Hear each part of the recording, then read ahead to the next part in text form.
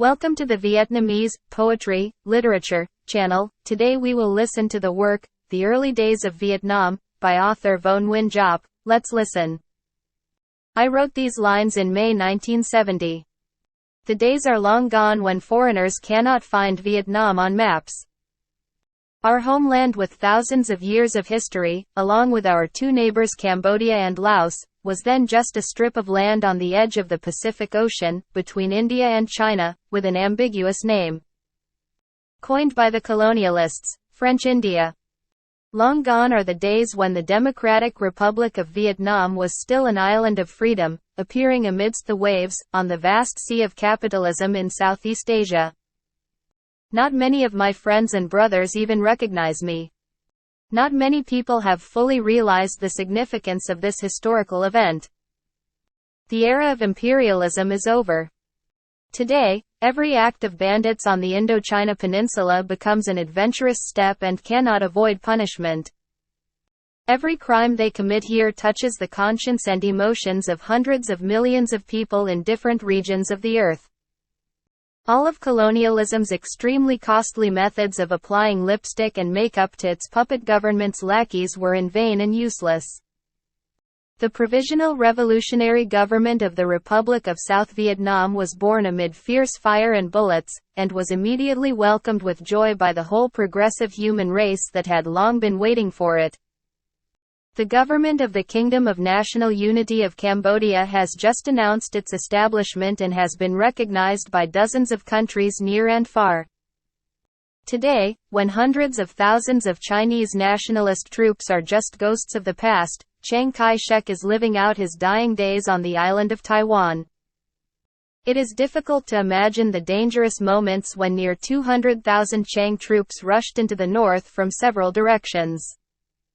The newly born Democratic Republic of Vietnam, located between four tigers and wolves, must devote itself to fighting courageously and cunningly, must find every way to survive. Faced with that difficult and urgent situation, as Uncle Ho said later, in his own words, the party must use methods, even painful methods, to save the situation.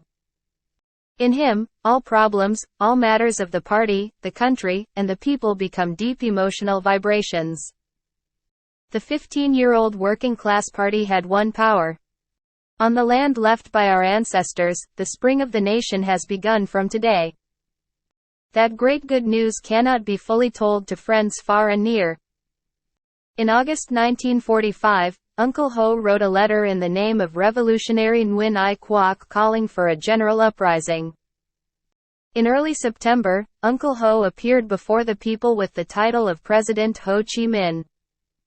That was an alias Uncle used a few years ago to hide from the Chinese Nationalist Party. The revolutionaries have passed the period of hiding and have returned to live among the people. But all of the party's activities still proceed in secret. Party officials have not yet worked publicly. Most party members work in the name of Viet Minh cadres. Our party advocates doing our utmost to avoid stimulating the enemies of the nation and the class. But, the enemy still recognizes us.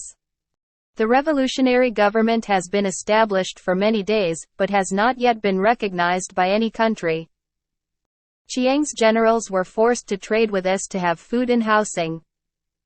When they come to meet Uncle Ho, when addressing him, they must use Uncle Ho's title and position, which is President Ho.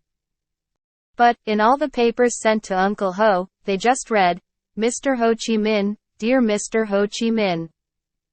They consider our government to be a government that only exists in reality, not a government that exists legally. The economic situation is extremely difficult.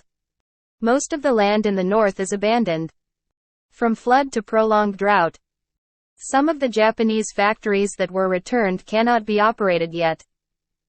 Trade with foreign countries stagnated. Serious scarcity of goods. Regarding finance, we have not yet issued Vietnamese currency. The treasury won from the old government had only 1 million tattered silver. 1 million silver in depreciating paper money to build a new government and life. Not to mention the French Bank Indochina always causes monetary chaos. In addition, the generals threw a lot of Kwon Kim money into the market, making our finances and business even more in danger. People's living standards are very low. The number of people without jobs is increasing rapidly. In many places, people have to eat porridge. Occasionally, there are people who starve to death. Cholera has arisen. Kwan Tuong came in and brought more lice epidemic. The invasion of the French invaders broke out very early in the south, making all of the above difficulties even more serious. In such circumstances, what must we do to build a new society, a job that is even more difficult than destroying the foundation of the old society? The working class is just starting to do that work for the first time. Anyway, the situation is different from before. The revolution has won power. The government has provided the revolution with new means and capabilities to preserve it. The urgent issue now is to consolidate and maintain the revolutionary government. Since the beginning of September, many decrees of the provisional government have been issued. The old bureaucratic system was dissolved. The colonial and feudal government apparatus was completely destroyed. The government decided to open a general election throughout the country to elect the National Congress. Next, was the decree organizing the People's Council and administrative committees at all levels according to universal suffrage. The People's Council will be chosen and directly elected by the people. It is an agency that represents the people. The Administrative Committee elected by the People's Council is an administrative body that represents both the people and the government. Through these elections, the people's government was firmly consolidated at the grassroots level, both expanding the solidarity of the entire people and ensuring the implementation of worker-peasant dictatorship. The Constitution project was announced, so that each citizen could contribute his or her opinion to the first Constitution of the Democratic Republic of Vietnam. The government decided that landlords must reduce rent by 25%. All long-standing debts in the countryside were cancelled. The 8-hour workday was enacted. Factory owners and business owners must give notice before dismissing workers. Allowances for dismissed workers are determined. Workers have the right to attend military training classes and receive a salary during their studies. Learning the national language becomes mandatory and free of charge. A decree established popular education throughout Vietnam, established popular evening classes for workers and farmers, and paid for exams and tuition at all levels. Right from the beginning of September, the poll tax, the French colonial tax levied annually on the head of every person 18 years of age or older, along with many other unreasonable taxes, were abolished. In the difficult economic and financial situation, how can the government have money to deal with necessary expenses, especially huge defense expenses? In the immediate future, we can only rely on the voluntary contributions of our people. On September 4, the government established the Independence Fund. A week later, Uncle Ho called on people across the country to actively respond to Golden Week. Many people enthusiastically brought their most intimate keepsakes. Those are a pair of earrings an old lady bought when she was a girl. Those are 2 wedding rings of a couple. An 80-year-old man brought a cashew silk package. Inside was a family heirloom gold bar weighing 17 taels. Some families donated all of the family's personal belongings.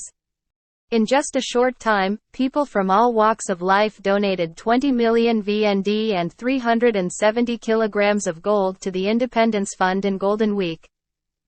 President Ho was especially interested in determining the relationship between those working in the new government apparatus and the people. In October, in a letter sent to the people's committees in the provinces, districts and villages, he wrote, "Government agencies from the whole country to the villages are servants of the people." In the past, Tran Hung Dao advised the king that the best way to preserve the country was to, in peaceful times, give the people strength to make plans that are deep-rooted and durable. Nguyen Tri criticized Ho Kai Ly for losing his country because he only knew how to build stakes to block the river to prevent the enemy, but did not know how to put the people's strength first. The national heroes who made great contributions all highly valued the people's strength to defend the country and fight against the enemy. Today, President Ho Chi Minh calls, "Destroy the hungry enemy, destroy the ignorant enemy, destroy the foreign invaders." He said, "We must rely on the strength of the people, the spirit of the people." Unlike the ancients, President Ho Chi Minh clearly pointed out, doing those things is to seek happiness for the people. In a letter to the People's Committees, he wrote, "If an independent country does not enjoy happiness, then independence has no meaning." Happiness for the people, that is what he stated in the Declaration of Independence. Every nation has the right to life, the right to happiness and the right to freedom. The happiness that he wants to bring to the people is complete happiness. That happiness is not only in the achievements that today's revolution has brought to the entire people. That happiness continues to come to the working people in the struggle to eradicate the source of all human suffering, building a society where all phenomena of exploitation by others are completely eliminated. Delete. In that great struggle, the party and President Ho chose for our people the shortest path. Happiness for the people, that is the purpose of seizing power and maintaining and protecting that government. That is his ideal. That is also his heart. In a letter sent to the People's Committees, President Ho pointed out a number of shortcomings of people working in government agencies such as illegality, trust, selfishness, arrogance.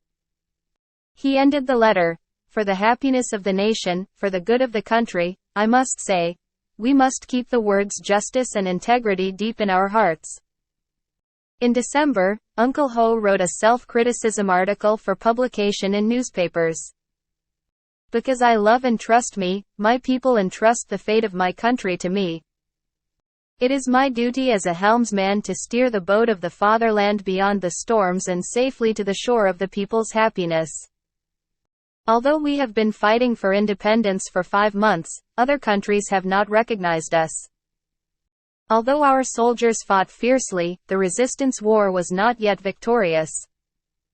Although the people in the administrative board work well and with integrity, the evil of corruption has not been swept away. Although the government has tried its best to rectify the situation, many political areas are still not in order. It can be said that these shortcomings are because the time is short, because our country is still new, or for some other reason. But no, I have to tell the truth. Successes are thanks to people's efforts. The above shortcomings are our fault. Ordinary working people have clearly realized that today's state is truly their state. This is a very new thing. In the country's history, feudal courts and colonial apparatuses have always been tools of a few, the rulers of the exploiting class, to exercise domination over the majority of people. Our workers. It always only benefits the few, and brings suffering to the many. Today, the state has become of the majority, of the working people. It is protecting the rights and bringing happiness to the people every day, every hour. What it cannot do now, it will definitely be able to do in the future. Our people have seen in Uncle Ho the most beautiful symbolic image of the people, the country, the revolution, the new government, the new regime, at the end of the work. Please support me with the like button and subscribe to the channel to listen to more works.